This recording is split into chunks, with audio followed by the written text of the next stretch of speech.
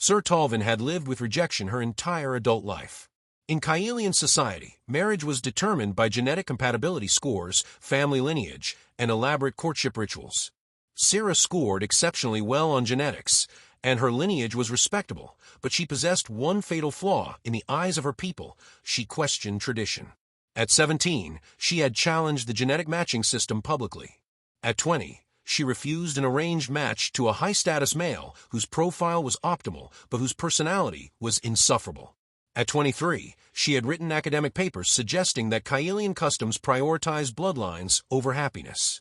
Now at 26, she was considered unmarriageable. No respectable Kaelian male would court her, too controversial, too outspoken, too likely to embarrass a family that valued conformity above all else. Then the human delegation arrived. Dr. Owen Matthews was a xenoanthropologist assigned to study Kaelian social structures. 32 years old, methodical, and genuinely fascinated by cultures differing from his own. He requested an interview with Sierra. During their first meeting, he leaned forward with genuine interest and said, "You're the researcher who wrote about compatibility systems.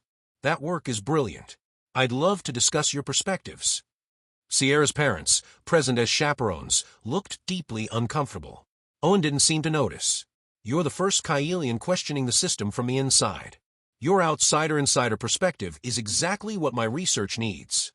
"I'm not sure interviewing me is advisable," Sierra said carefully. "My views are considered problematic." "Problematic? How?" "I'm unmarriageable because of them. I challenge tradition publicly. No respectable male will court me now. Associating with me could affect your diplomatic standing." Owen blinked, as if trying to process something fundamentally illogical. "You're unmarriageable because you wrote academic papers? Because you challenge tradition? That's the stupidest thing I've ever heard. I'm sorry, but rejecting someone for thinking critically, that's not tradition. That's intellectual cowardice. On Earth, we'd consider you an asset, not a liability." Sierra stared at this strange human who had just said something remarkably dangerous and remarkably kind in equal measure. What began as research interviews transformed into something deeper, genuine connection. Owen asked questions no Kaelian had ever posed to her. Not about her failure to marry, but about her ideas, her perspectives, her actual thoughts. "Why do you think the genetic system is flawed?" he asked during their third meeting. "Not flawed," Sierra corrected. "Incomplete. Genetics predict biological compatibility, but marriage requires emotional, intellectual, and philosophical compatibility. The system reduces people to breeding profiles. And you've argued this publicly. In academic contexts, I thought rational argument would matter. I was naive." Owen made notes, then looked at her thoughtfully. "On Earth, your arguments would be considered progressive, but reasonable. Here, they've made you unmarriageable. The disconnect is fascinating anthropologically and deeply unfair humanly." "Fairness isn't a Kaelian priority," Sierra said quietly. "Social stability takes precedence at the cost of individual happiness." "Is that what you believe or what you've been taught?" Owen asked. Nobody had ever asked Sierra that question before. Over the following weeks, interviews evolved into conversations. Owen shared Earth perspectives, the diversity of marriage customs across cultures, the evolution from arranged partnerships to choice-based partnerships. Sierra, in turn, shared her experiences, the relentless pressure to conform, the isolation of being unmarriageable, the grief of watching her sister marry while knowing she never would. "Don't you want to marry?" Owen asked one evening, the two of them alone beneath the crystalline Kaelian sky. "Not if it means silencing myself," Sierra replied honestly. "But yes, I'd like partnership, family, connection. I just won't sacrifice who I am to achieve it." "Then Kaelian males are idiots for rejecting you. They're following social norms. I'm the one refusing to conform." "No," Owen said, his voice firm with conviction. "They're idiots. Sierra, you're brilliant, thoughtful, brave enough to challenge an entire system. On Earth, you'd have dozens interested in you. Here, you're rejected for your best qualities. That's not you being unmarriageable. That's them being cowards." Something shifted in Sierra's understanding. Perhaps her unmarriageability wasn't a personal flaw. Perhaps it was a cultural failure, a failure of her society to see her worth. 6 months into the exchange program, Owen's research was nearly complete. He was scheduled to return to Earth in 3 weeks. Sierra had begun dreading his departure, and not simply because she was losing a friend. Their friendship had deepened into something more complicated, more consuming. She was careful never to show it, reminding herself that Owen was human, destined to return to his world where someone like her could never truly exist. Then Owen requested a formal audience with Sierra's parents, traditional protocol for important announcements. He sat with deliberate formality, his posture reflecting respect for Kaelian custom. "I'm here to request permission to court, sir." Silence fell like a stone into still water. "Court her," her father repeated slowly. "You're human. You're returning to Earth. This isn't something that's been done." "That doesn't mean it can't be," Owen said steadily. "I'm formally requesting to court, sir, with the intention of marriage, following Kaelian customs as closely as possible." "Marriage," her mother whispered, her voice barely audible. "Yes," Owen continued. "I've spent 6 months getting to know her.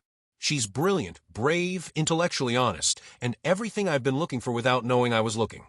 The fact that Kaelian males rejected her for those qualities just proves they're fools." He turned to Sierra, his eyes holding hers. "I know this is sudden. I know it's complicated, and it probably violates protocols I don't know about. But I'm in love with you, and I don't want to return to Earth without asking if you'd consider marrying me." Sierra couldn't speak. Her mind swam with implications, possibilities, and dangers. "I understand if you refuse," Owen said gently. "This crosses cultural boundaries and creates complications. But I had to ask because leaving without telling you how I feel, without offering the partnership that Kaelian males were too cowardly to offer, that would be worse than any diplomatic incident." Her father found his voice. "This is highly irregular. Interspecies marriage isn't part of our customs." "Then we'll create new customs," Owen replied without hesitation. "I'm not asking Sir to become human or abandon Kaelian culture. I'm asking her to marry someone who values her for exactly who she is." He looked directly at Sierra. "If you'll have me." Sierra's mind raced through all the implications. This could work. This could fail spectacularly. This could change everything. She drew a breath and heard herself say the words she'd never thought she'd speak. "Yes. Yes, I'll marry you." The engagement caused expected scandal. Traditionalists objected vehemently. Progressive factions celebrated. Earth's diplomatic corps panicked, then decided that Owen's personal choice, while complicating matters, wasn't technically prohibited by any treaty. The wedding became a fusion of cultures. Kaelian ceremonial elements combined with human traditions, creating something new that belonged to both worlds and neither. Owen recited traditional vows about lineage and genetic legacy, then added his own words. "But more than that, I vow to honor Sierra herself, her mind, her courage, her refusal to be anything less than who she truly is. That's what I'm choosing, not a score or profile, but a person." Sierra included traditional language about partnership, then added her own vow. "I choose this marriage not because Kaelian males finally deemed me acceptable, but because this human saw me clearly and valued what he saw. Owen taught me that my worth isn't determined by others' willingness to marry me. It's inherent. It always was." Years later, their marriage became a case study in successful intercultural partnerships. More importantly, it changed Kaelian customs fundamentally. Sierra's once controversial arguments gained unprecedented traction. If human and Kaelian could build a successful marriage without genetic matching, perhaps the system wasn't infallible after all. Young Kaelians began questioning traditions, citing their partnership as proof that choosing connection over conformity was not only possible but preferable. Owen continued his xenoanthropology work with a unique and invaluable perspective gained from lived experience. Sierra completed her doctorate, her controversial papers now validated and celebrated. When asked about being rescued by a human after rejection by her own kind, Sierra always corrected the assumption, "Owen didn't rescue me. He recognized me. There's a difference. I was always valuable." Kaelian males couldn't see it because they were blinded by tradition. Owen saw clearly because he wasn't constrained by those limitations. When asked why he had proposed to someone his species had barely met, Owen was characteristically direct, because she was remarkable and everyone else was too concerned with protocols to notice. "I didn't propose to prove a point. I proposed because I fell in love with someone brilliant who happened to be Kaelian." Their children, a genetic impossibility by old Kaelian standards, grew up bilingual and bicultural, living proof that connection transcends biology. Sierra, once unmarriageable for refusing silence, became the voice for change, proving that sometimes the greatest rebellion is simply being chosen by someone brave enough to see your true worth.